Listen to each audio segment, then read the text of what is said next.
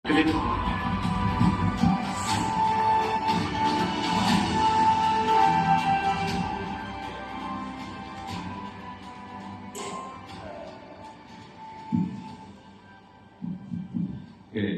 terima kasih. Terima kasih teman-teman Philip, Pak Polta, keren banget tadi. Jujur saya banyak belajar tadi sama Pak Polta. Suaranya bisa kayak gitu ya. Stres. Baik, saya akan lebih banyak dari sisi teknologi. Ada kisah banyak di belakangnya. Saya orang akademik, saya bukan orang finance, jadi saya teknologi dan kita di kampus sama teman-teman targetnya adalah bagaimana caranya supaya bangsa ini bisa bikin AI sendiri. Jadi kita ya oke lah, tadi Pak Polta udah bilang OpenAI invest berapa ratus miliar, kita berjuang bikin sendiri dan kita melepaskan buku AI buat SD, SMP, SMA, SMK dan guru free. Jadi ada 23 guru dan kita berharap ini akan merubah kurikulum dan budaya kita supaya bangsa ini akhirnya bisa bikin semua sendiri. Tapi sambil kita lihat ya slide-nya, jadi tidak kayak Pak Botak. Oke, next. Ini lebih ke arah, ini sejarahnya kira-kira. Jujur AI mulai bergerak mulai dari tahun 1950 sih. Sampai sekarang. Tapi di tengahnya sebetulnya ada winternya, ada mereka tidak ada pergerakan karena mereka pikir ini nggak akan berkembang. Yang seru dari makhluk ini, kalau sekarang mungkin kita pakai kayak ChatGPT, large language model dan sebagainya. Sebelum itu sebetulnya, sebelum ada transformer dan sebagainya, yang akan menarik sebetulnya machine learning, deep learning dan teman-temannya. Jujur, saya hari ini masih lebih ke arah machine learning, deep learning karena resource yang dibutuhkan tidak segede GPU. Hari ini kita kesulitan, bangsa ini agak kesulitan karena untuk dapetin GPU dari luar setengah mati karena Amerika blokir. Amerika sama Cina berantem lah tuh dua. Dan kita akhirnya kesusahan buat dapet GPU, makanya sekarang target kita bagaimana kita bukan ke arah LLM sih. Ini yang internal ya di Indonesia. Kita banyaknya lebih ke arah SLM, Small Language Model. Itu kita bisa pakai CPU biasa.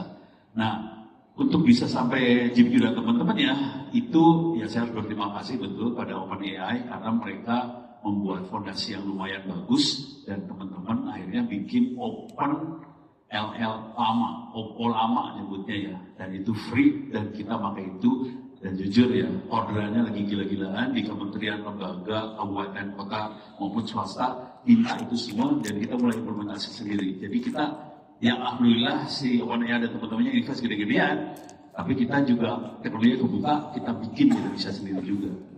Nah, tapi itu mungkin levelnya nggak level orang gede ya.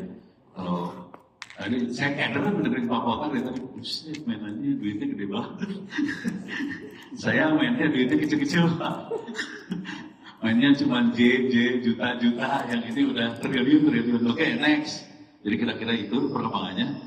Nah, lompatan besar yang ada memang dasarnya dari LLM tadi, yang multimodal karena dia bisa audio dan sebagainya. Tapi kalau kita lihat model di dalamnya, itu persamaan linear semua. Jadi kalau kita pakai neural network dan sebagainya persamaan linear, tapi dia bisa macam-macam. Agentic AI dan autonomous itu dahsyat banget karena kita bisa nempelin si AI kemana-mana sih. AI buat nempel ke account bank, AI buat nempel ke dokumen. Ini teman-teman, ini contoh aja contoh.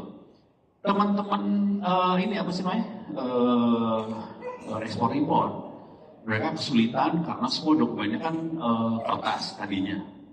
Kalau di scan masukin database, prosesnya tetap lama. Akhirnya mereka harus bisa deteksi. Ini apa nama, ini alamat, ini apa-apa. Itu pakai AI semua sekarang. Dan jujur mahasiswa saya sampai ditarik teman-teman Uni-Air, itu ada 30-an orang ditarik semua buat mengembangkan AI seperti itu. Dan kerjaan seperti itu banyak banget sih sekarang. Karena dokumen yang lama bentuknya masih kertas, JPEG dan sebagainya harus masuk ke database. Itu main-main. Bisa hidup mati. Oke. Kuncinya supaya Indonesia bisa berkembang open source ini. Jujur, Kemarin saya diundang sama para Mosorta ke Timor Leste karena mereka pengen banget supaya negara Timor Leste bisa naik pakai AI. Cuman agak sakit hati dong, gila loh. Gue cuma gede Timor Leste. Mereka antusias banget. Akhirnya dengan roadmap yang sama saya ubah ke Indonesia. Jadi kita bikin buat roadmap Indonesia. Salah satu produknya adalah kita lepasin buku tadi 23 buku buat SD sampai guru. Buku ini bukan buat bukan buat pakai AI, bikin AI. Karena kita nggak pengen supaya negara ini jadi konsumen aja seperti Pak Poltak bilang, kita pengen jadi produsen juga. Tapi pakai alat yang murah-murah gitu, pakai CPU kalau bisa. Konsekuensi kita pakai CPU, kita harus fokus. Kita nggak bisa jadi general banget, segala bisa. Kita fokus misalnya untuk trading doang, misalnya tadi untuk ekspor impor, jadi kecil banget. Untuk AI di finansial, contohnya ini contoh aja, Anda lebih jago lah sebetulnya. Prediksi pasar, sentimen analisis, simulasi resiko, advisor, robot. Ini jujur, ini banyak. Kemarin teman-teman UMKM juga minta ke kita, mereka butuh banget buat tadi advisor, mereka juga butuh banget buat help desk. AI-nya disambungin ke ChatGPT. ChatGPT lagi salah, WhatsApp. Jadi kebanyakan mereka interaksi pakai WhatsApp, kemudian yang jawab manusia collapse, nggak kuat karena banyak banget yang ngomong. Akhirnya sekarang mulai AI. Ini bayangin pasarnya. Ada 60 juta UMKM di Republik ini. Mereka udah nggak kuat semua buat handle transaksinya. Akhirnya mereka minta tolong, no, bisa nggak bikin ini? Oke, free. Ini bayangin ini nggak usah panjang-panjang lah. Nyewa 10.000 sebulan satu UMKM, duitnya berapa? Keren lah. Oke, lanjut. Oke, dari sisi teknologi ini ya oke lah. Kalau kita pakai LLM dan sebagainya, kita butuh GPU. Tapi sekarang sudah mulai ada NPU, cuman kita ada masalah di drivernya, dan ini akan gede banget. Cuman kita kesulitan buat dapat kartnya sekarang karena diblokir dari Amerika. Yang paling keren banget ekosistemnya open source. Sekarang banyak sekali open source, kita bisa kembangin ini cepat banget. Ini bukan rahasia sedikit. Saya bikin AI seperti ChatGPT di rumah sendiri yang dipakai komputer gaming. Jadi komputer gaming kita bisa kita pakai, pertanyaannya berapa lama bikinnya? 30 menit Pak. Cepat banget buat bikin seperti itu. Modelnya gimana? Modelnya banyak sekarang dan teman-teman Indonesia mulai bikin fine tuning modelnya supaya bisa tune buat orang Indonesia. Free. Udah mulai kacau nih sebetulnya. Tapi ya mudah-mudahan nanti teman-teman dari bursa, investor jadi bisa dapat manfaatnya. Nah, integrasinya nanti AI, cloud, edge. Itu. Edge itu maksudnya gini ya. Kita bisa bikin cloud, tapi tidak perlu di cloud di internet sana. Kita bikin cloudnya lokal sih. Itu. Ini mainnya di situ. Next. Ini jujur, ini saya lagi ngira-ngira karena saya bukan investor, saya akademisi. Kira-kira bagaimana cara AI mengubah investor berinvestasi? Pertama, mungkin kita harus tahu dulu ya, AI itu kemampuan utamanya dua, atau machine learning atau dan sebagainya dua utama. Satu untuk klasifikasi, yang kedua dukun, buat lihat ke depan, prediksi. Oke, dua itu. Oke. Konsekuensinya dia bisa menganalisa fundamental, teknikal, otomatis jauh lebih cepat.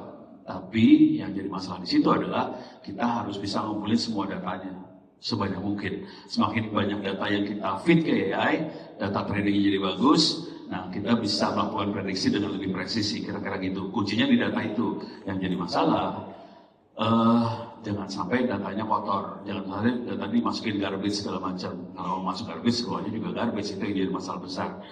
Ini masalah besar di Republik ini karena sebagian besar data bentuknya kertas. Jadi itu kayak BPKP, BPK, Dirjen Anggaran, komplain ke saya.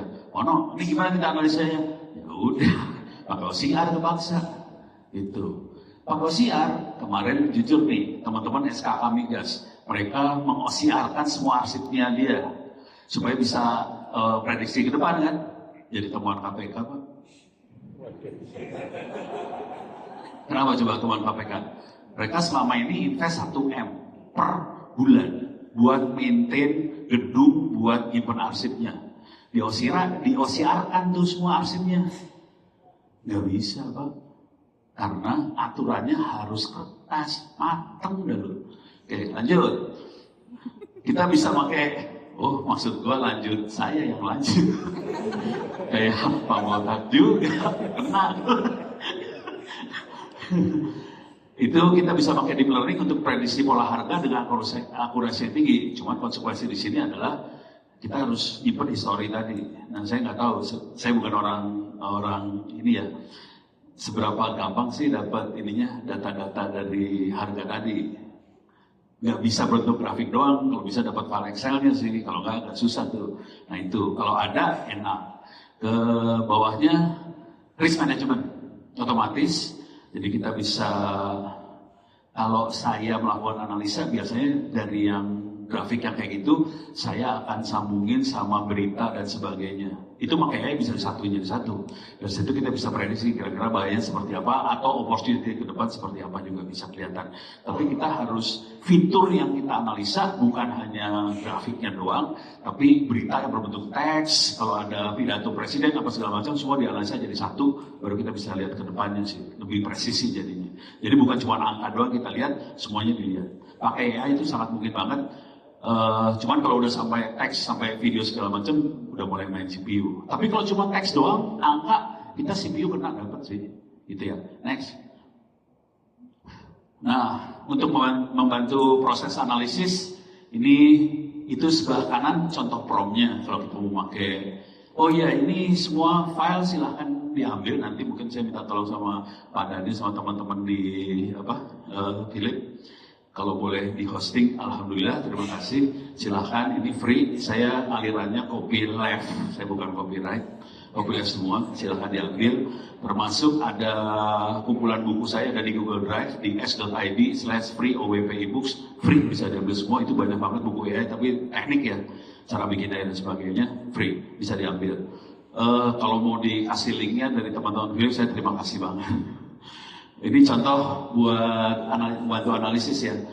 Kita baca laporan, kita bisa prompting buat ringkasan laporan keuangan ini jadi 10 poin yang mudah. Terus apa dampak berita ini terhadap perusahaan X? Ini contoh buat sini ya, yang saya kerjakan lebih kurang ajar sih. Misal, saya harus bikin paper jurnal, saya reviewer di paper jurnal. Yang saya lakukan kurang ajar banget sih. Ini dapat paper, saya masukin AI. Tolong analisa abstrak, intro, hasil segala macam di rating keluar Pak. Jadi kurang. Saya ini bukan rahasia dulu ya.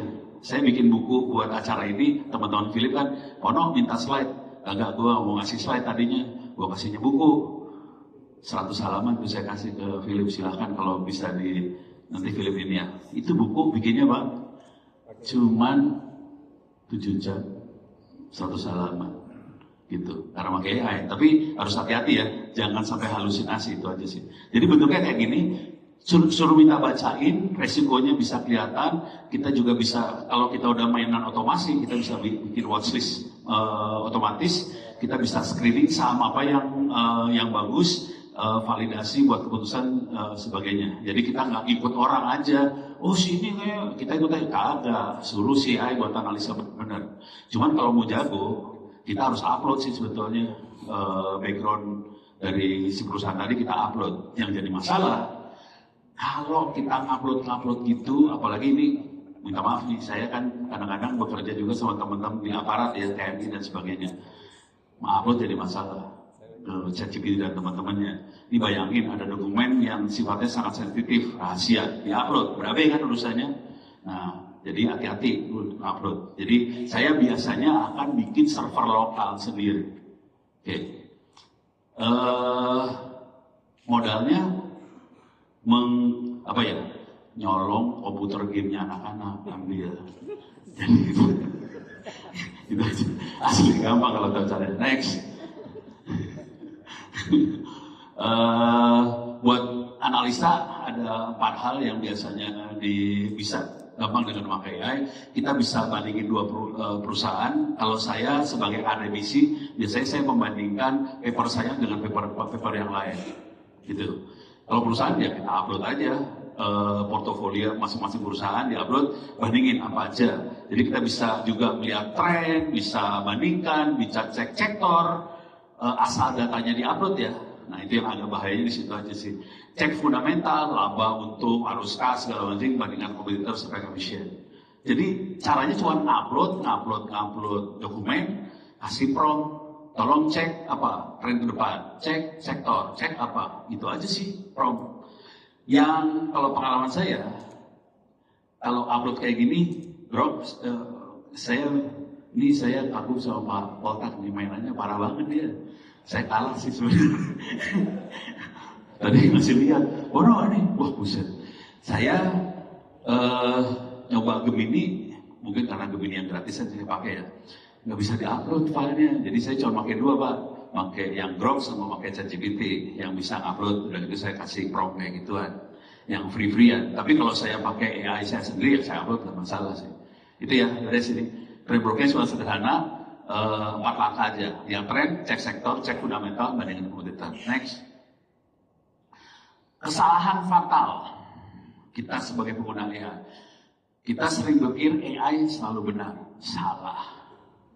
AI itu bodoh sih sebetulnya. Kalau kita nggak upload data, dia sering salah. Itu satu.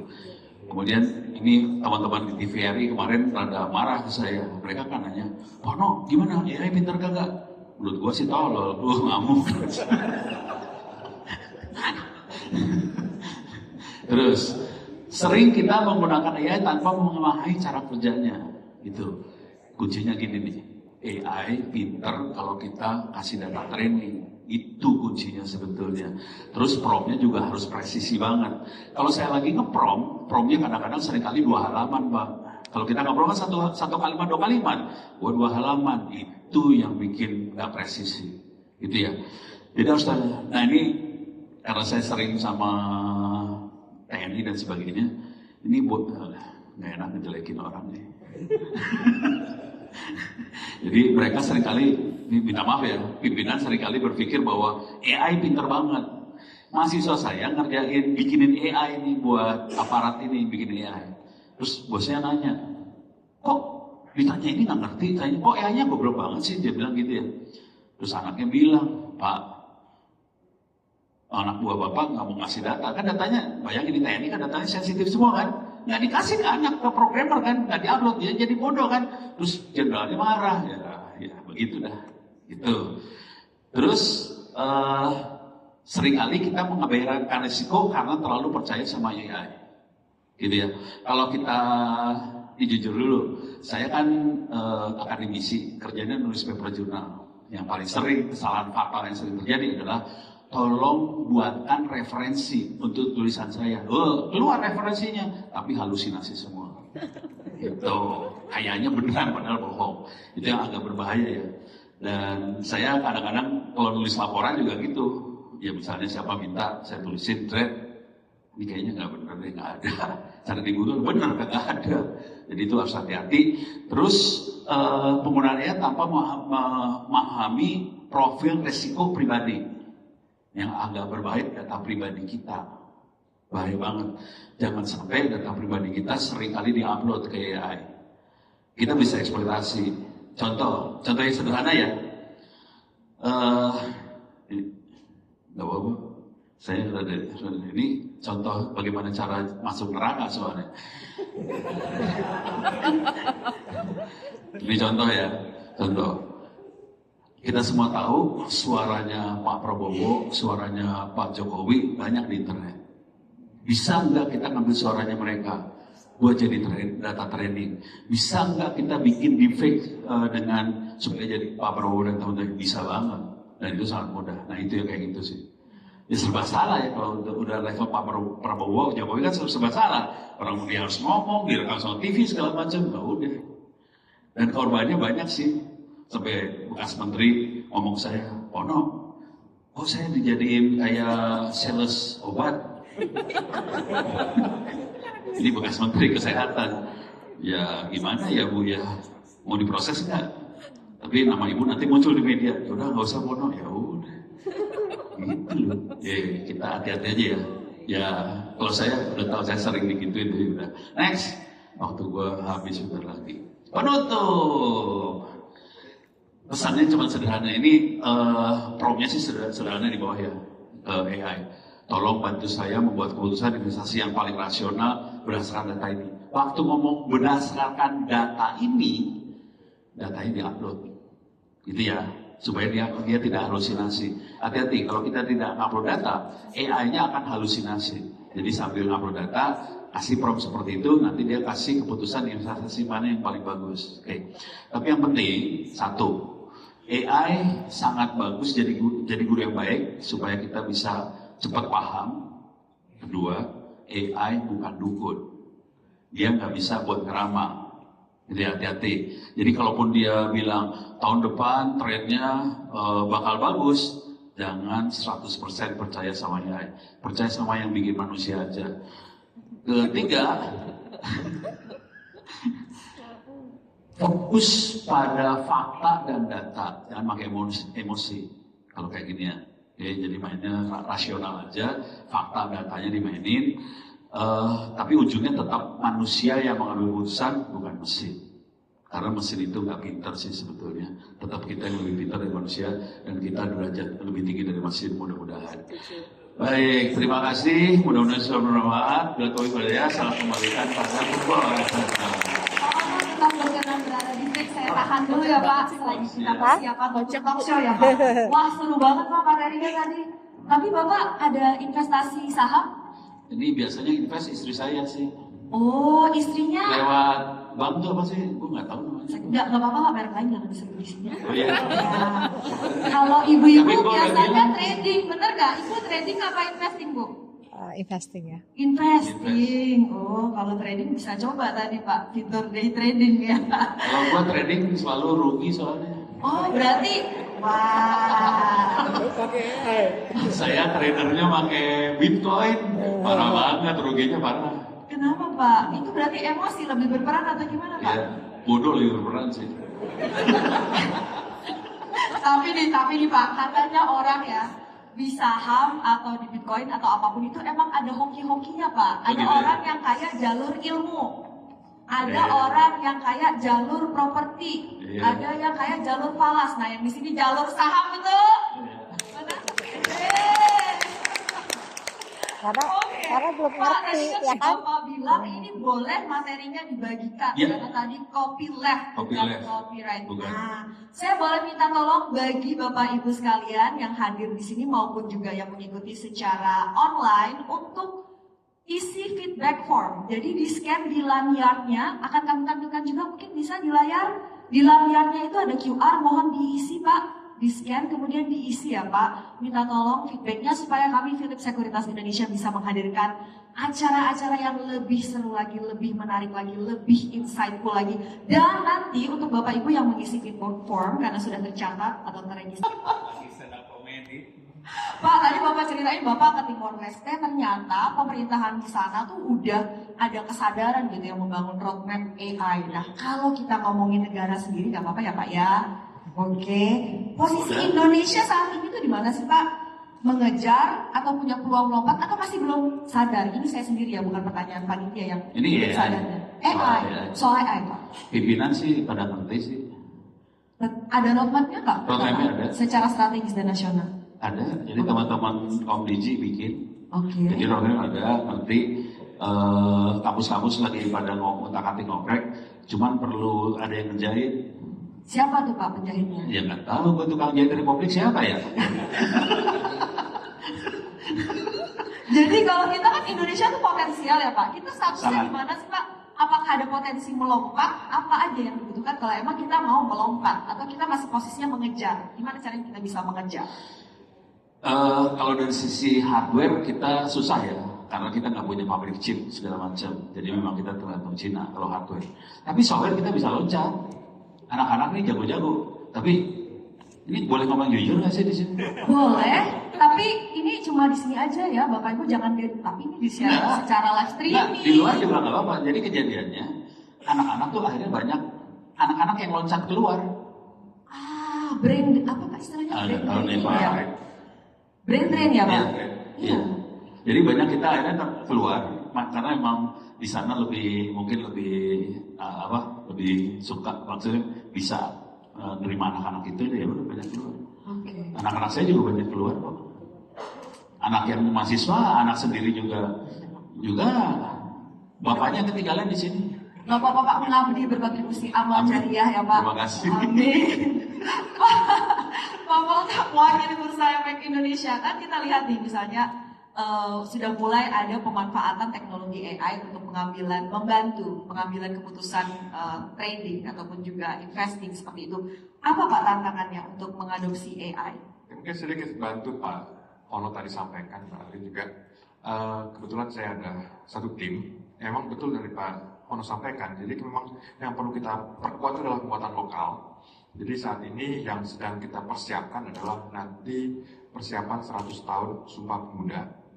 Jadi salah satu yang menjadi tujuan itu adalah preservasi atas bahasa lokal, bahasa dan dialek lokal dengan memanfaatkan teknologi AI. Ini BJ mungkin. Bukan.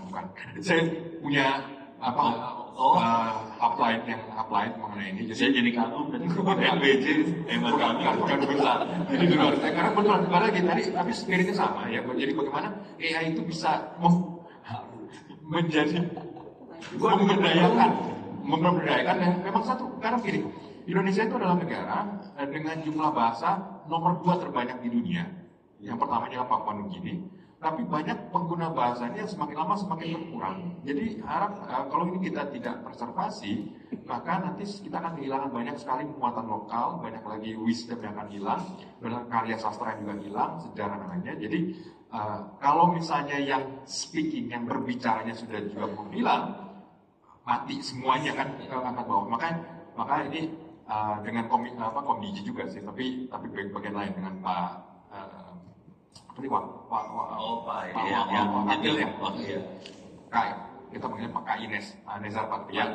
Jadi kan beliau juga situ. Jadi memang salah satu yang kita coba adalah tadi bagaimana ya bisa melakukan preservasi. Kebetulan momennya kan ada 100 tahun Sumpah Pemuda. Kalau dulu kita dari berbagai bahasa menjadi Indonesia, sekarang waktunya Indonesia preservasi atas berbagai bahasa yang ada. Kira-kira itu yang sebelum saya menjawab ya. Kira-kira begitu. Nah, kembali lagi mengenai AI. Jadi sebenarnya kita di Bursa Efek Indonesia juga sudah memanfaatkan machine learning untuk pengawasan dari juga cukup lama. Tetapi memang kedepannya kita melihat bahwa ini adalah salah satu yang perlu kita manfaatkan di sisi bursa itu adalah pertama dengan 950 emiten itu kan submission laporan itu kan muncul setiap kuartal berbagai corporate action dan lainnya. Kalau sekedar mengandalkan tenaga manusia, waduh overwhelm, benar-benar. Jadi itu yang sedang kita di Bursa Efek Indonesia sedang berusaha untuk persiapkan bagaimana supaya beban administrasi yang sedemikian besarnya itu bisa dibantu dengan teknologi. Harapan kita juga sama seperti itu juga kalau misalnya di sisi investor tadi, kalau misalnya memang ini bisa membuat misalnya menganalisis laporan keuangan menjadi lebih mudah, bisa lebih objektif, sangat bantu. Kebetulan selama 2 minggu terakhir per minggu lalu, saya jadi juri di acara Annual Report Award tahun ini. Jadi yang ada finalis itu 46 perusahaan. Jadi Annual Report itu mulai dari yang tipis 400 halaman sampai 1100 halaman. Paling tipisnya 400 halaman. Jadi kalau saya sebagai juri, ya tidak dibantu dengan teknologi, saya nggak akan bisa menilai itu secara objektif. Nah, jadi kebetulan saya dapat kesempatan sebagai juri, saya menggunakan LLM, alat teknik model AI dalam hal ini untuk bisa langsung ke pinpointnya mana yang bisa digunakan. Jadi saya aplikasinya saya sudah temukan seperti itu dan saya bilang gini, saya bisa lebih spesifik mengenali suatu perusahaan, kemudian melihat pola-polanya dengan alat bantu seperti ini. Harapan saya adalah ke depannya, memang mungkin akan bisa jadi penting juga bagi pasar modal Indonesia, tetapi kalau tadi pertanyaan Mbak Ali juga, yang paling utama adalah kualitas data dan kualitas informasi. Nah ini yang mungkin perlu kita bangun bersama. Karena tadi Pak Yono bilang GIGO ya, garbage in ya garbage out juga gitu.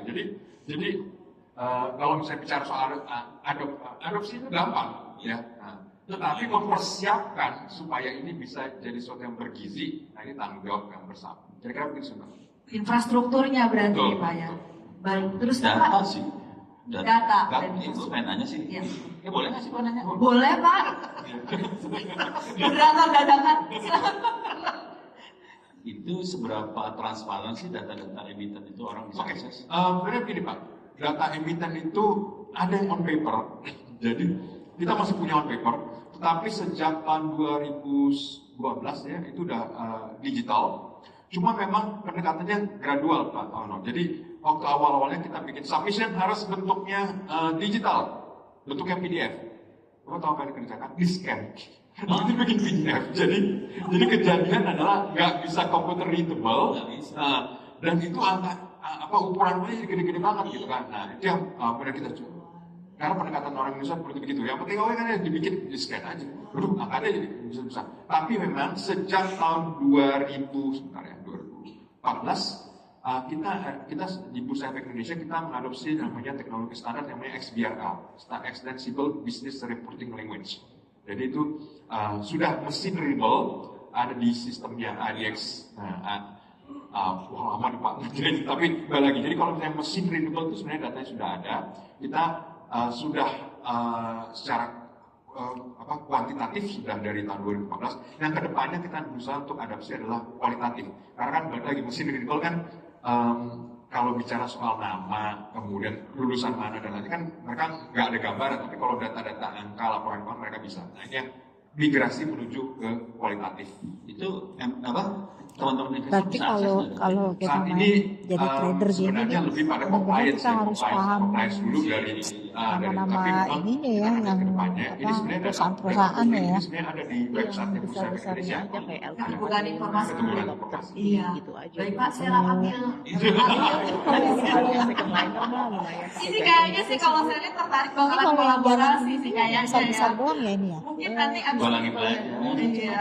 Semuanya keluar. Kita akan ke Om Ben sebagai professional trader. Kalau dari sisi trader itu seperti apa sih AI itu Totalnya bisa berapa sih? dimanfaatkan dan apakah 900 benar-benar yang artinya besarnya bermanfaat atau ini baru sekedar masih di tahap awal aja masih hype? oleh 45. Kalau buat saya udah pakai ya. Saya memang tadi barusan Pak Polkar juga baru tahu kalau AI ada macam-macam ya. Saya cuma tahunya GPT ya. Jadi yang paling basicnya GPT. Nah tapi saya ini sudah pakai mungkin sudah 4 bulan 5 bulan ya. Tujuannya itu apa? Coba bayangin. Kalau ada IPO perusahaan, saya harus baca prospektus. Saya kan ada komunitas yang mereka nanya, Om Ben, saham IPO ini boleh beli nggak? Kan saya harus baca prospektus ini. Kalau saya dulu kan bacanya manual, ya kan. Nah dengan adanya GPT ini saya cuma tinggal download dari website IPO, saya masukin, kemudian saya masukin prompt. Seperti yang Pak Ono bilang, semakin kita promptnya semakin detail, dia semakin pintar. Ya, jadi saya masukin, tolong saya ini sebagai leader di komunitas saham, ya promptnya seperti itu.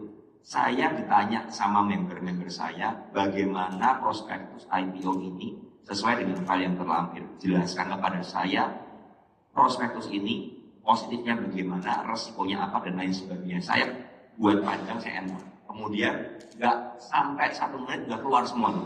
Jadi saya langsung tinggal, oh begini-begini. Dan hebatnya dengan prompt kita yang semakin detail. Ya. Mereka itu mesinnya jujur ya. Iya. Mesin jujur. Tidak ada tendensi apa-apa, tidak ada kepentingan apa-apa, dan tidak pernah berdusta. Ya kan seperti itu. Jadi dia jelasin IPO ini tidak menarik. Ada begitu. Oh, serius? Ya, tidak menarik karena apa? Resikonya ini. Wow. Saya cuma wow. Ini yang ngomong bukan saya ya, tapi GPT ya. Jadi dia nulis seperti itu. Dan ini Sorry, gua potong boleh? ya, Itu si GPT basis jawabnya berdasarkan file yang kita upload atau dia crawling? enggak. Jadi saya sudah Upload data kita tuh Kasih file, dari ya. baca file. yes, dari prospektusnya. Jadi dia ada bilang secara laporan keuangan ini memiliki resiko seperti ini. Karena waktu itu pernah ada IPO dari sebuah perusahaan yang ada pembelian aset atas nama pribadi. Nah waktu itu ada, saya nggak sebut sahamnya. Nah dia ngomong dengan adanya pembelian aset nanti alokasi dananya untuk pembelian aset pribadi, ada konflik kepentingan dan lain sebagainya. Wah ini benar-benar, makanya saya bilang ya, mesin ini benar-benar jujur. Tapi ingat, seperti yang Pak Ono bilang, GPT saya itu udah saya latih, saya goblok-goblokin berkali-kali sebabnya. Karena saya pernah Pak, saya begini, saya bilang, bodoh lu, yang benar kalau bikin, saya benar begituin, karena saya kesel kan.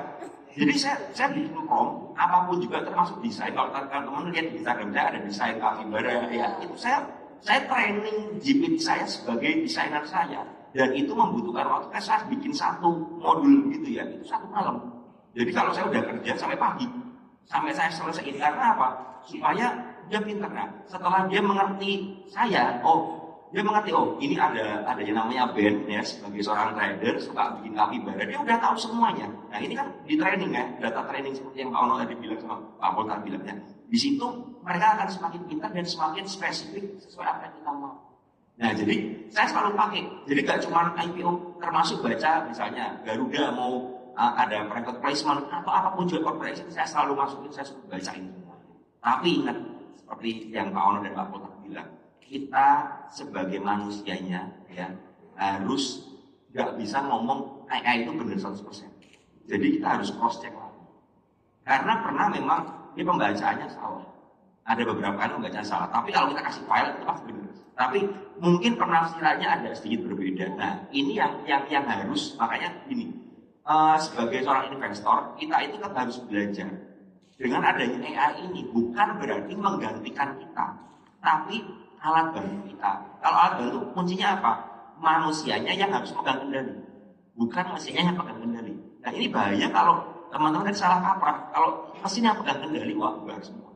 Tadi kan paparan Pak Ono juga dibilang betul data sekali. versus emosi. Gimana Betul tuh Om sekali. Ben biasanya? Nah, dengan adanya data yang spesifik dan detail, kita bisa meminimalkan emosi. Karena apa misalnya ya?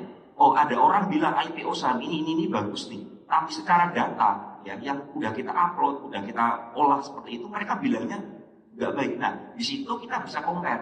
Datanya bilang seperti ini, publik bilang seperti ini. Nah, ini mana yang benar? Kalau saya tetap trust data. Karena kan data kan nggak salah ya, tapi kalau yang di publik ini kan ada kepentingan lah, ada faktor-faktor macam-macam. Jadi saya tetap pegang itu. Tapi kuncinya satu teman-teman. Semua yang saya lakukan itu tetap saya yang pegang kendali. Nah, cuman saya belum sempat bikin modeling untuk teknikal. Teknikal belum sempat. Untuk fundamental, karena gini, teknikal itu lebih bias daripada fundamental. Kalau fundamental pasti ya, saham murah itu PBB berapa, ada basicnya. Tapi kalau teknikal kan agak susah. Ya, orang bilang support di harga 100, ada yang bilang di harga 98. Ya kan?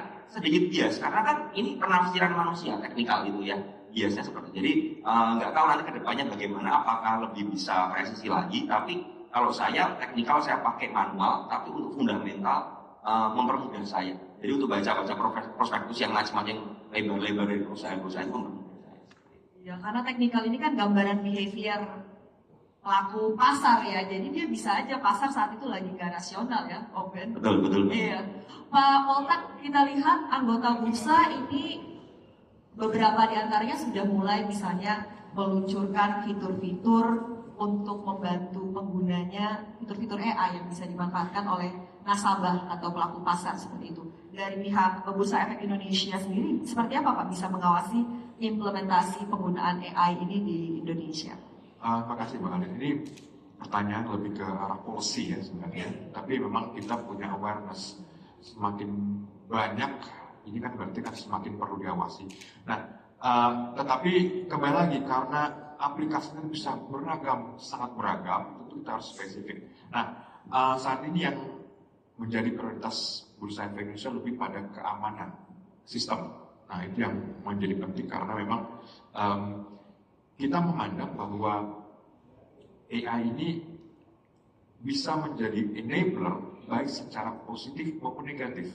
Nah, jadi sama seperti misalnya kita tadi Pak Ono juga sempat sampaikan juga ya, misalnya deepfakes. Deepfakes itu kan dengan AI pakai 11 Labs, orang bisa ngejiplak suara siapapun, kemudian bisa ngomong apapun dengan suara yang memang mereplika persis seperti orang aslinya. Foto juga bisa di-retouch, video juga bisa di-retouch. Terakhir Nano Banana itu kita bisa pakai muka siapapun ditempel, yang lain. Jadi kalau ibu bapak ya, kalau sekarang lihat video di media sosial udah mulai aneh-anehan, itu karyanya Nano Banana.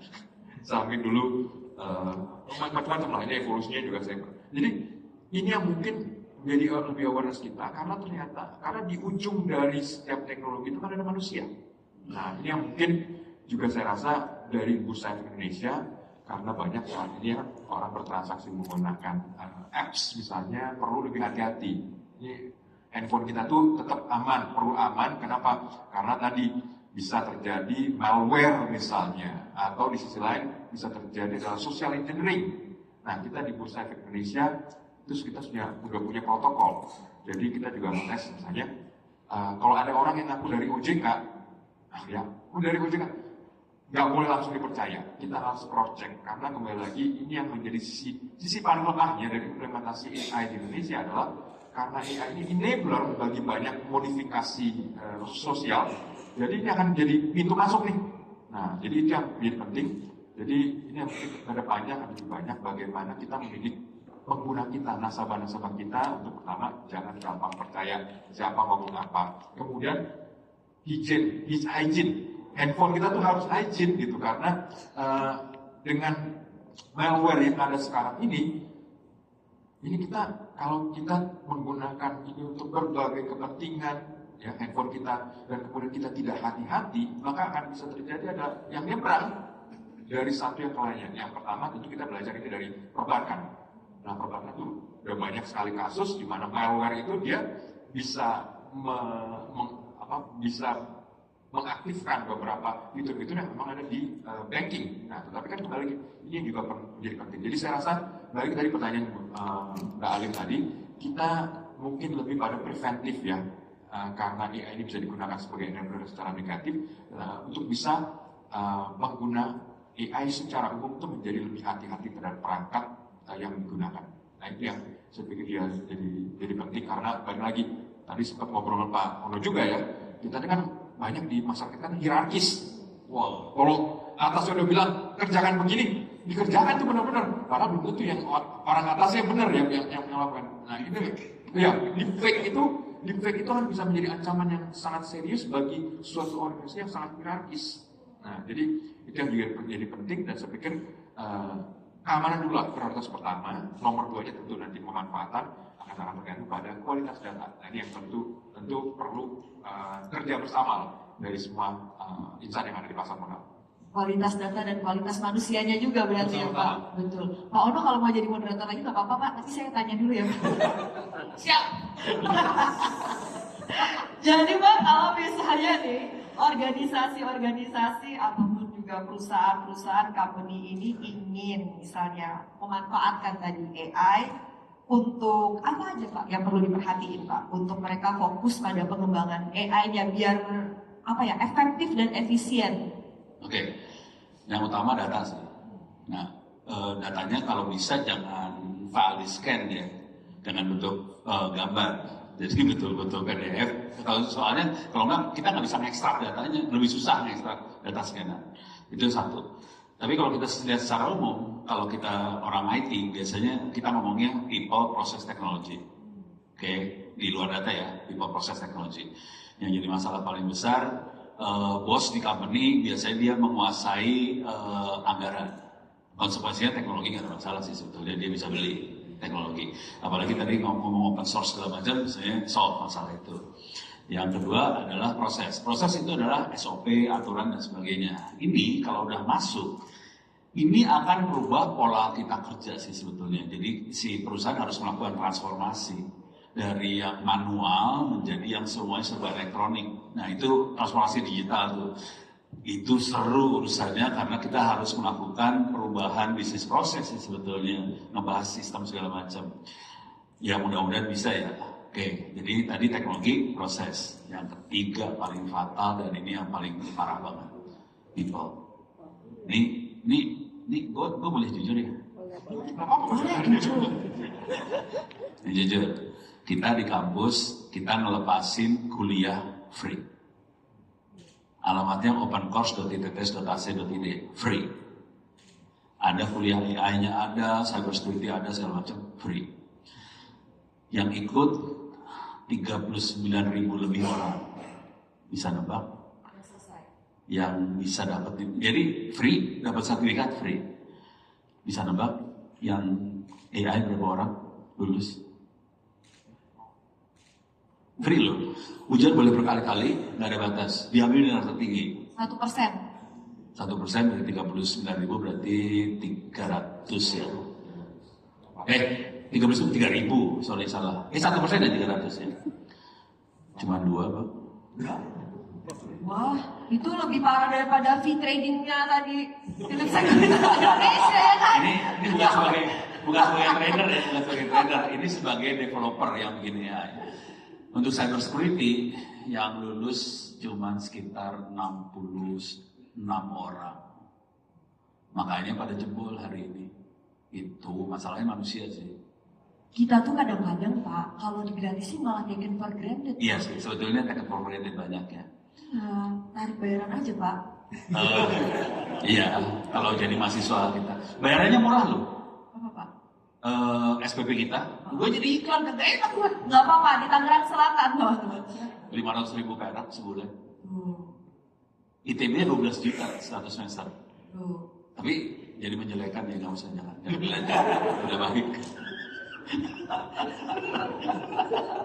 Oke, jadi mungkin kalau kita bilang kalau di Indonesia ini kan seringnya itu serba kagetan ya Pak. Misalnya dulu lagi rame augmented reality, wah semuanya augmented reality. Sekarang AI semuanya AI. Gimana biar nggak sekedar jargon aja? Tapi jujur ya, kalau kita kan sering diundang buat ngasih seminar, webinar, workshop segala macam.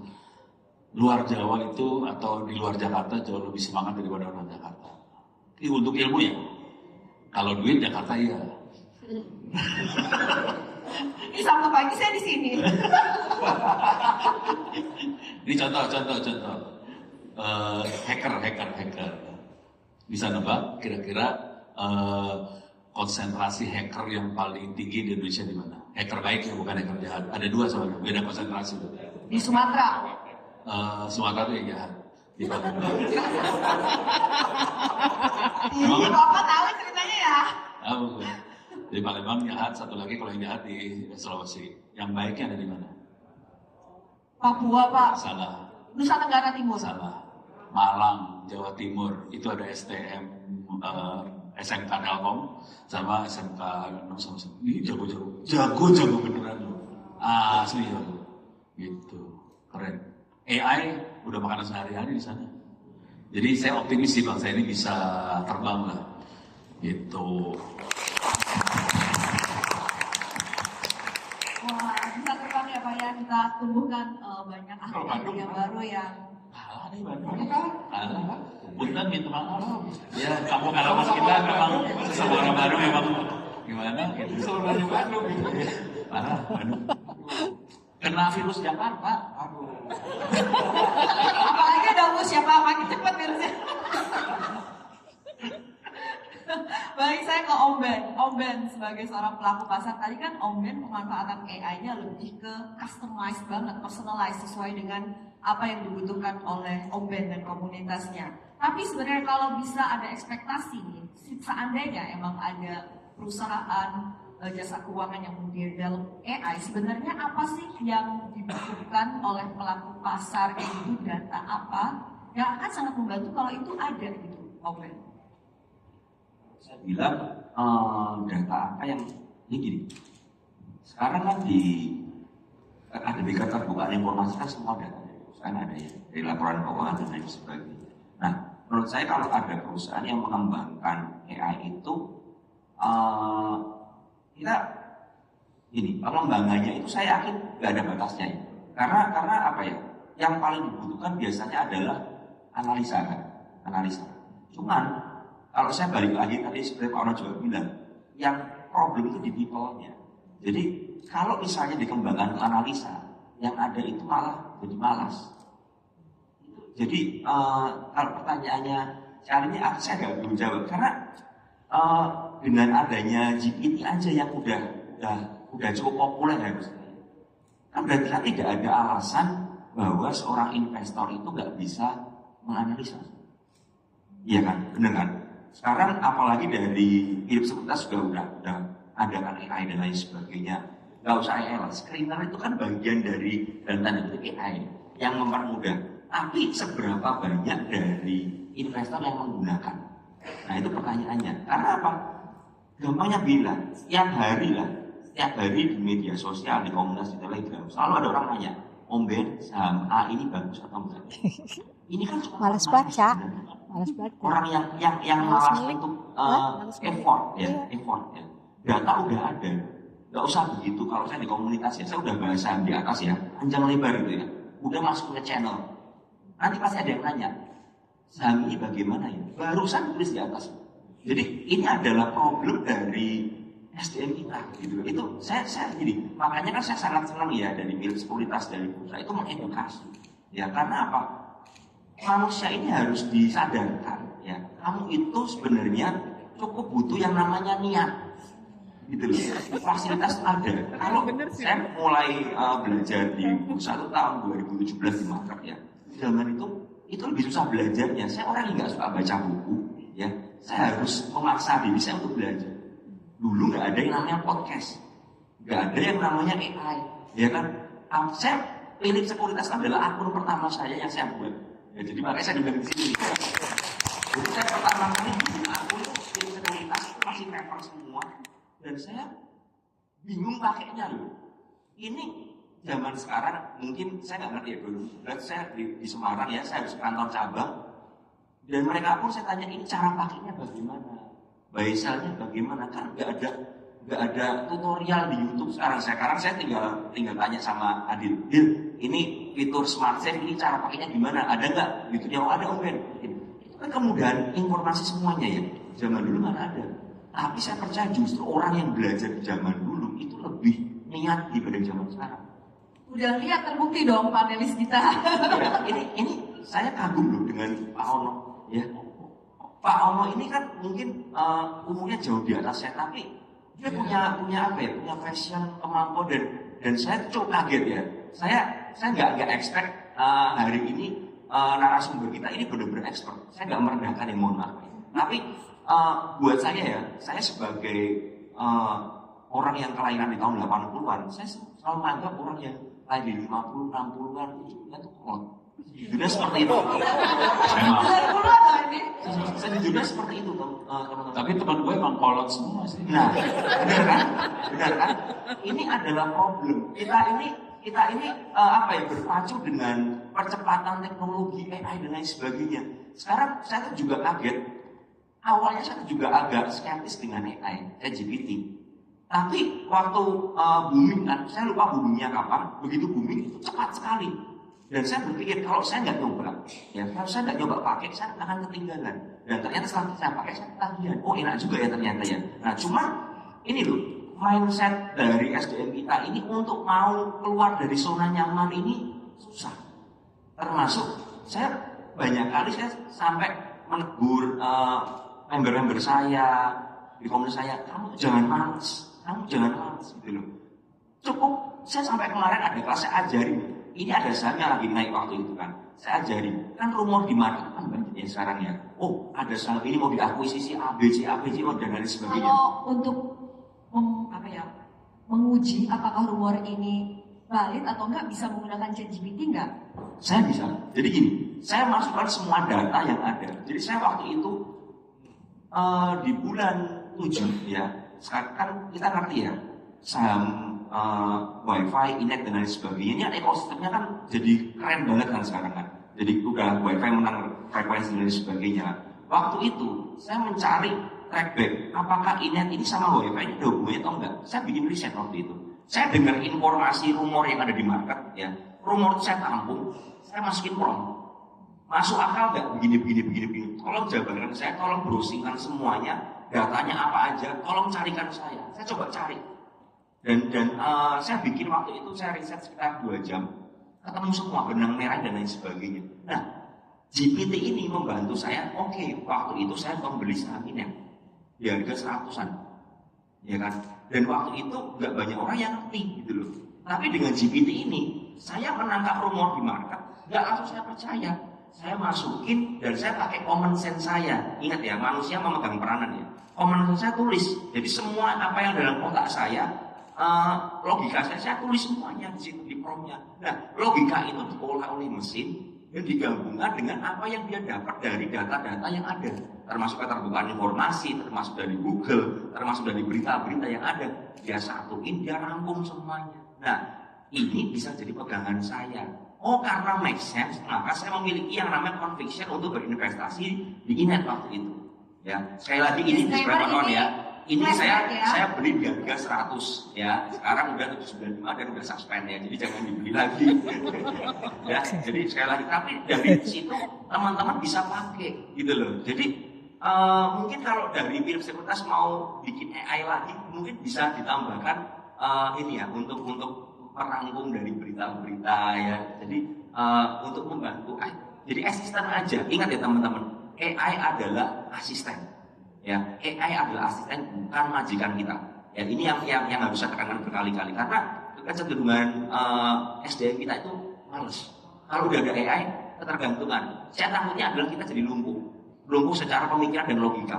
Karena terlalu mengandalkan yang namanya mesin. Pas kita lumpuh saat itulah OpenAI mengembalikan burning rate-nya ya Pak, yang bakar uang tadi kata Pak Poltak. Ya, sebenarnya begini, tadi menarik sih karena Om Ben tadi sampaikan role, jadi promptingnya bagus karena kebanyakan orang kalau bisa pakai AI itu langsung flat. Rekomendasi yang pertama saya juga selalu sebutkan role saya apa, role-nya dia apa, gitu. Nah, jadi dari role AI itu sangat bagus dengan role kalau dikasih role playing. Kalau nggak dikasih role playing dia bingung, dia kemana-mana gitu. Nah, jadi tapi menarik. Cuma memang satu yang tadi mungkin saya sedikit tambahkan bahwa dengan AI ini sebenarnya kita bisa punya guru yang sabarnya luar biasa. Jadi mungkin dengan AI kita bisa minta misalnya tolong ajarinkan saya seperti ngajarin anak TK mengenai laporan keuangan, mengenai corporate action, kalau stock split itu efeknya kira-kira seperti apa dan lain-lain. Jadi AI bisa sebagai guru yang sangat-sangat sabar, ya. Dan ini yang mungkin peluang untuk bisa kita manfaatkan sebagai memberdayakan kita sebagai user ketimbang sebagai pengguna alat yang kita ingin hasil akhirnya aja deh. Kan betul tadi tadi Om Ben sampaikan tadi. Jadi ya yang penting beli apa sih? Nah, itu udah pertanyaan berbahaya gitu.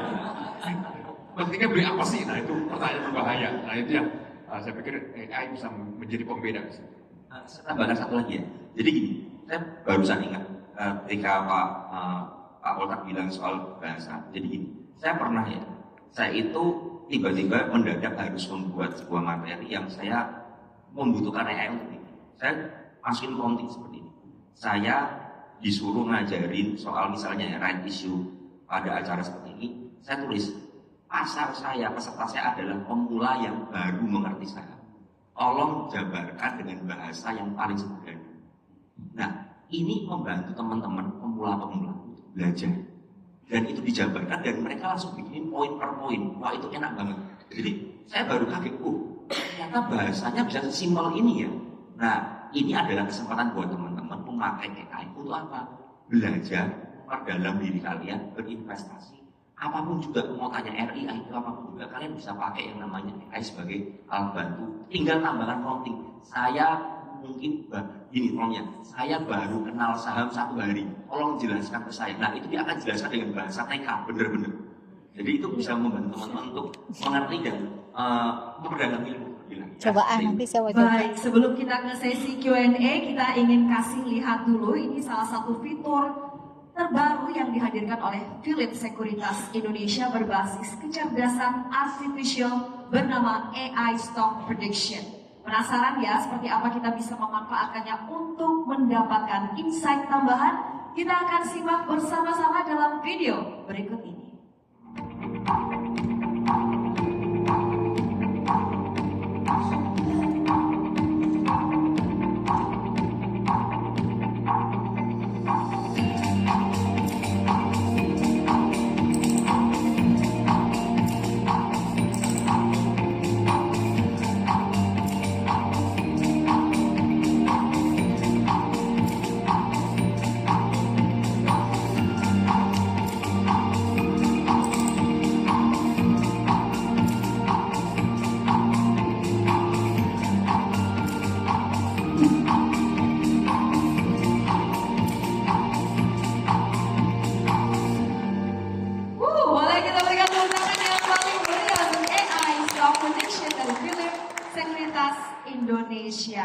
Baik, tadi kita lihat bahwa di AI prediction ini bisa melihat daftar saham dengan kategori upward potential dan juga downward potential. Fitur AI stock prediction ini bisa diakses melalui menu research di Poems Pro Trader dan juga Poems Web, dan dalam waktu dekat juga akan tersedia di Poems Mobile.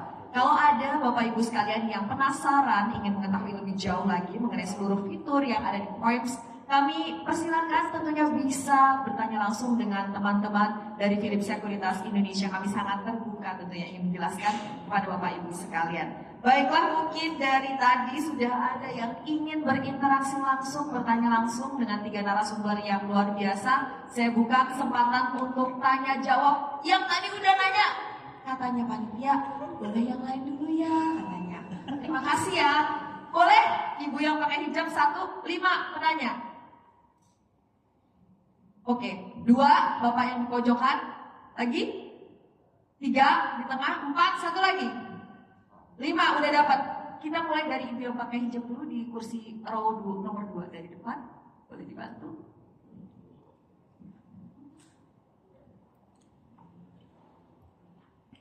Katanya Pak Ono nggak bawa catatan, jadi kita jawabnya satu-satu ya. Silakan tuh, boleh namanya dulu.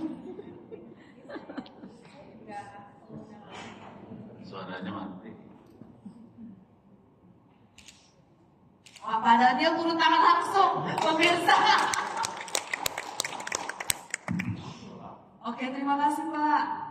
Terima kasih, saya Yati. Saya juga pengguna lama dari Philips Sekuritas. Saya bergabung sepertinya dari tahun 2009.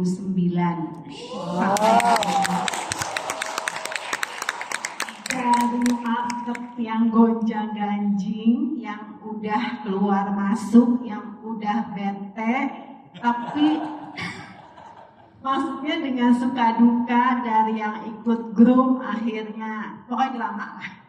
Balik lagi tadi yang diluncurkan fitur day trade, yang dibahas kan hanya fee. Bagaimana kalau untuk bunga ya atau whatever lah, interest gitu, karena ibu rumah tangga hitung banget secara detail. Itu nomor 1. Nomor 2, tadi Pak Polta membicarakan ada award untuk laporan terbaik, ada 46 perusahaan. Nah itu saya bisa akses di mana, karena memang suka nggak suka saya termasuk aliran fundamental. Saya juga agak kaget nih dengan periode sekarang yang papa PP, ya, konglo, akhirnya memang suka nggak suka saya harus masuk, dan alhamdulillah sedikit cuan. Tapi memang profil resiko tetap ya kembali ke masing-masing kita semua di sini. Itu nomor 2. Nomor 3 banyak ya. Nomor 3 mungkin saya tuh juga banyak promosi dari sekuritas yang lain. Kalau seandainya naruh uang tuh, let's say yang nggak dipakai tuh bunganya kalian berapa %, terus dari sekuritas yang lain tuh nawarin bunga parkir atau uang parkir lah, itu sedikit lebih besar. Nah itu hal-hal itu tuh nggak suka update nih gimana ya. Terima kasih pertanyaannya. Terima kasih kepada Philips Sekuritas dan bapak-bapak yang mau menjelaskan. Terima kasih Bu Alin. Boleh kita berikan tepuk tangan untuk Ibu Yati ya. Ini berarti menjadi nasabah lebih duluan daripada Om Ben ya. Baik, untuk fitur day trade saya undang mungkin dari Philips Sekuritas Indonesia untuk menjelaskan. Apakah Bapak Hairul? Iya, baik Pak Hairul yang tadi semangat betul ya, kita nantikan. Selagi Pak Hairul menghampiri ke sini, saya ke Pak Poltak tadi. Oke. Pak, gimana Pak bisa mengakses laporan-laporan terbaik itu Pak?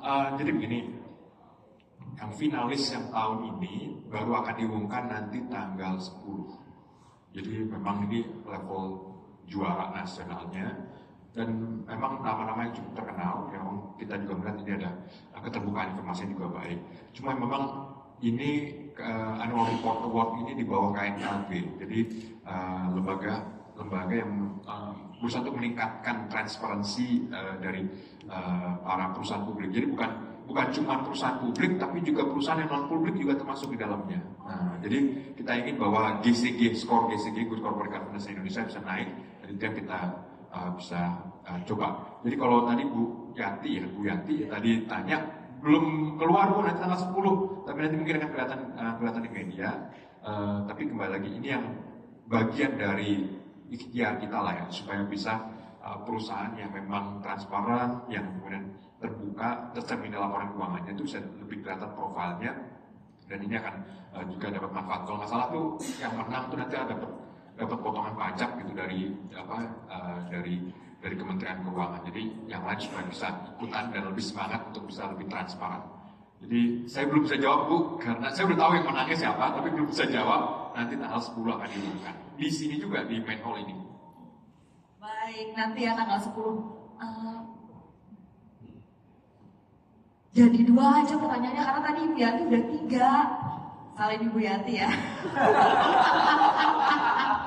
Baik, dari Om Ben mungkin bisa menambahkan. Om Ben tadi saya juga sebut bahwa IHSG itu kan kemana, LQ45 kemana begitu kan. Jadi mungkin ada beberapa anomali ya, kalau misalnya tim fundamental mungkin bingung melihat emiten-emiten yang sangat diapresiasi market tapi udah overvaluasi sebenarnya.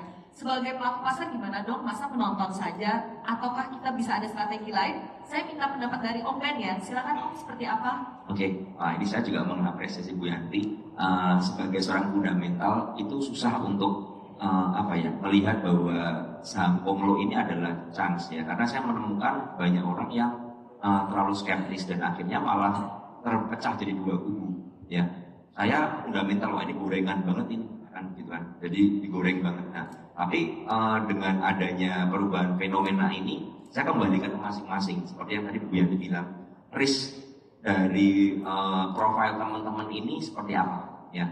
Kalau nanya ke saya ini memang bukan seorang yang suka fundamental banget ya, karena saya based on technical dan momentum seperti itu. Jadi buat saya pribadi, kalau memang ada sebuah saham yang memang menarik dan berpotensi menghasilkan profit, selama risikonya masuk dengan kita, kenapa enggak kita ambil? Karena seperti itu. Jadi untuk saham Komlo saya seperti itu. Nah, sekarang bagaimana dengan saham LQ45 dan perbankan yang memang kita lihat ya IHSG kita all time high tiap hari katanya ya.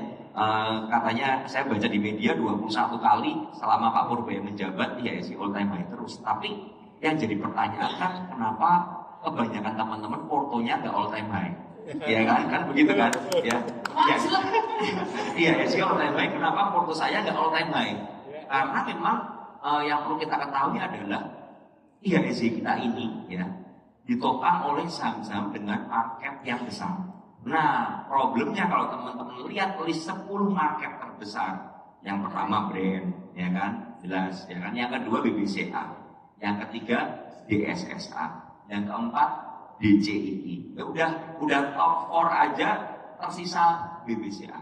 Kemana perbankan yang lain? Kalau nggak salah BBRI udah mungkin nomor 8 atau 7 kalau nggak salah ya. Jadi udah terlempar, udah kemasukan aman, TPIA, ya kan. Nah, yang paling problem adalah DCII dan DSSA. DCII kemarin ngangkat IHSG yang di hari Kamis menjadi penopang. Karena apa? Dengan transaksi cuma 400 juta, ya dia naik 7%. Dan membuat IHSG kita itu naik. Tapi saham yang lain goyang semua, ya kan? Begitu sorenya DCI balik ke 1%, ambrol IHSG jadi minus. Nah, ini yang jadi problem. Nah, sekarang kita menyikapinya bagaimana? Nah, buat teman-teman yang memang seorang investor dan mencari dividen, sebenarnya sekarang adalah peluang. Karena apa? Perbankan sekarang berarti yieldnya besar, ya kan? Yieldnya jauh lebih besar daripada deposito. Yang yieldnya bisa 7-10% perbankan, dan itu jarang terjadi.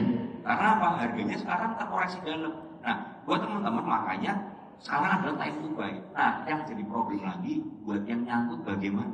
Nah, ini kalau yang nyangkut di BBRI di 6.000 begitu kan bingung juga ya. Ya saya balikin lagi. Kalau memang teman-teman ini punya duit, ini adalah duit yang dingin, duit yang tidak terpakai untuk hidup dan lain sebagainya, untuk porsi investasi, ya sudah, kita mau nggak mau ya udah. Kalau teman-teman memang sabar ya, tungguin aja. Karena saya percaya suatu ketika, tapi saya nggak tahu kapan ya, suatu ketika rotasi sektornya akan berubah lagi. Ya ingat ya, hidup itu kan sebuah rotasi aja ya. Bisa jadi sekarang saham-saham Punglo jadi favorit, tapi kita nggak ngerti 3 tahun, 4 tahun ke depan apakah banking jadi favorit lagi? Bisa aja. Ketika ekonomi Indonesia itu pulih dan lain sebagainya ya, perputarannya udah oke banget ya, secara real benar-benar oke. Saya yakin perbankan akan bergerak naik lagi. Nah, disitulah teman-teman yang sabar akan menikmati hasilnya. Udah dapat dividen ya, kalau dibeli di harga sekarang ya mungkin dapat capital gain, kalau nyangkut ya udah dapat dividen ya, syukur-syukur bisa BEP kan seperti itu. Jadi ini kembali lagi membutuhkan kedewasaan kita sebagai seorang investor. Apakah investor harus pindah ke saham Punglo? Ya saya kembalikan. Teman-teman silakan risknya bagaimana. Dan saya ingatin lagi ya, saham Punglo juga udah rata-rata all time high. Jadi artinya apa? Orang bilang all time high, sky is the limit. Jangan lupa kalau ke bawah itu juga dalam. Ya, jadi jangan cuma dilihat sky is the limit, tapi dilihat resikonya. Nah di situ kita bisa pakai yang namanya fitur-fitur yang namanya smart safety dari Philip nih, ya kan? Kita bisa pakai untuk apa? Mengamankan resiko. Kalau udah profit bagaimana? Pakai smart safety juga, ada yang namanya trailing stop. Ya, sehingga ketika koreksi teman-teman udah kunci profitnya dan nggak tergerus banyak sesuai dengan yang udah teman-teman setting. Seperti itu, semoga membantu. Mantap, Om Ben, boleh kita berikan tepuk tangan. Baik, Mas Khairul tadi ada beberapa pertanyaan yang dijawab oleh Mas Khairul terkait dengan margin ya, seperti apa dia banget bedanya. di atas nggak apa-apa kayaknya biar kelihatan ya. Oke. Ya, tadi ada 2 pertanyaan ya kalau nggak salah Betul, dari Bu sama dana Yanti parkir. terkait bunga ya. Nah, untuk day trade sendiri kita nggak menerapkan interest, kita nggak mengenakan interest karena secara konsep day trade itu di sore hari nantinya akan ada auto for sale. Biar adil Pak, kan Pak Motak udah om brand, Iya. bukan om brand ya. Saya langsung roaming, buset tuh ngomong bahasa Indonesia gue gak ada yang ngerti lu ngomong apa. Silakan Pak perkenalan. Perkenalkan, saya Boy Sendawoto. Tadi saya dengar Bapak tuh membuka Open course itu tes saya itu. tapi dari sekian banyak yang ikut, Cuma sedikit ya. cuma 60 ya. Ya. Gimana kalau kita beli jadinya aja? Apa? Beli jadi? Beli jadi orang ya? Bukan, beli programnya aja seperti ChatGPT. Oh, Iya. apa Jadi sih? kan kita tinggal masukin data-data. Iya. Tadi kan, oh ini langsung gua reaksi aja ya. Iya, Pak. Daripada kita kuliah. Pak Polkar tadi udah bilang, mereka lagi invest gede-gedean, kita jadi user aja, bayar, bisa. Cuman yang harus hati-hati, data kita jangan, ini mereka akan ngambil data kita soalnya, itu aja yang harus hati-hati. Gitu. Oh gitu. Tapi kan kalau kita beli misalnya dari Pak Ono. Oh beli ke gue? Iya. Walah. Kan kita Program bisa. Pak Ono mau dimonetisasi. Iya kan bisa di online, jadi nggak kebaca Ya. data pribadi Iya, kita. dimonetisasi aja Pak. Gue teh bukan pengusaha. Saya manajerin gimana Pak? Ya udah lo aja. Saya yang Makasih, promoin Pak. di sosial media Pak. Ya udah. Saya teh kalau pebisnis saya rugi melulu, apa gue kasih gratis soalnya. Ya udah silakan dibantu dah. Saya rada puyeng urusan gitu. Boleh. Wah, seru banget Pak Boy jadi diskusi kita ya Pak. Boleh kita berikan tepuk tangan untuk Ibu Yanti dan Pak Boy yang sudah bertanya dan memberikan suasana. Wah, ini sebenarnya kalau kita tampung pertanyaannya pasti masih banyak, saya yakin ya. Cuma Tapi Mbak, kemarin tadi kan bicara soal roaming ya. Iya. Pak Ono bilang, ini roaming. Saya juga roaming ya mengenai yang baru-baru ini. Bilang Pak Ono, tahun 62, saya lahir 71. Jadi, maksudnya Bapak lebih muda. ya mudah dikit aja. Nah, tapi kan gue herannya ini orang BEJ, ternyata roaming ngomongin orang. Iya, tapi balik lagi. Tapi sempat yang bilang tadi switch saya nangkep ya, karena saya pengguna Homes dari tahun 2003. Wih, boleh berikan tepuk tangan. Boleh Bu Yanti.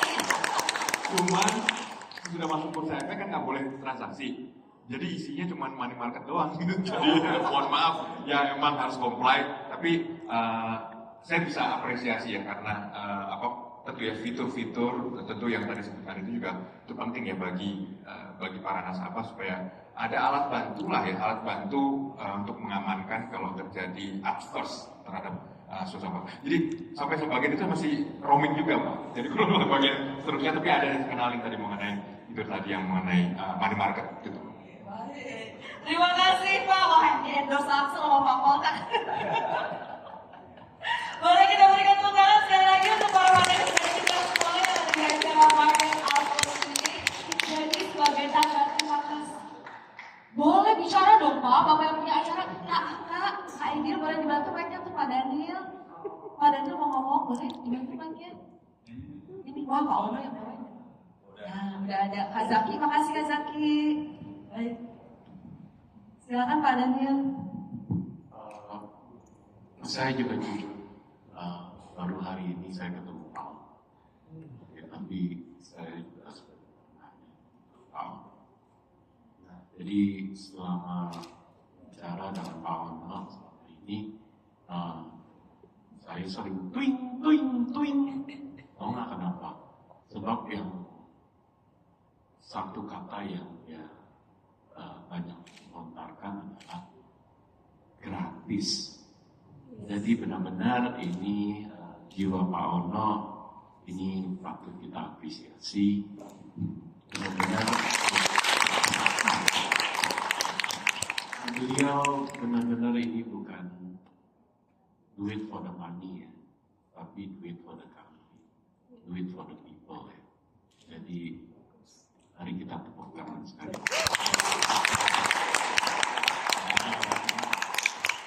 Luar biasa orang baik ya, orang baik, ekspor juga, humoris juga, susah nyarinya tidak diproduksi lagi pemirsa. Mohon doanya aja supaya amal ibadahnya diterima. Kita doain panjang umur ya, dan terus berbagi dan berkontribusi. Baik, sebagai tanda apresiasi dan terima kasih kami untuk 3 panelis yang luar biasa. Mungkin boleh kita kesini ya, saya undang Bapak Daniel Teja, Direktur Utama Hidup Sekuritas Indonesia.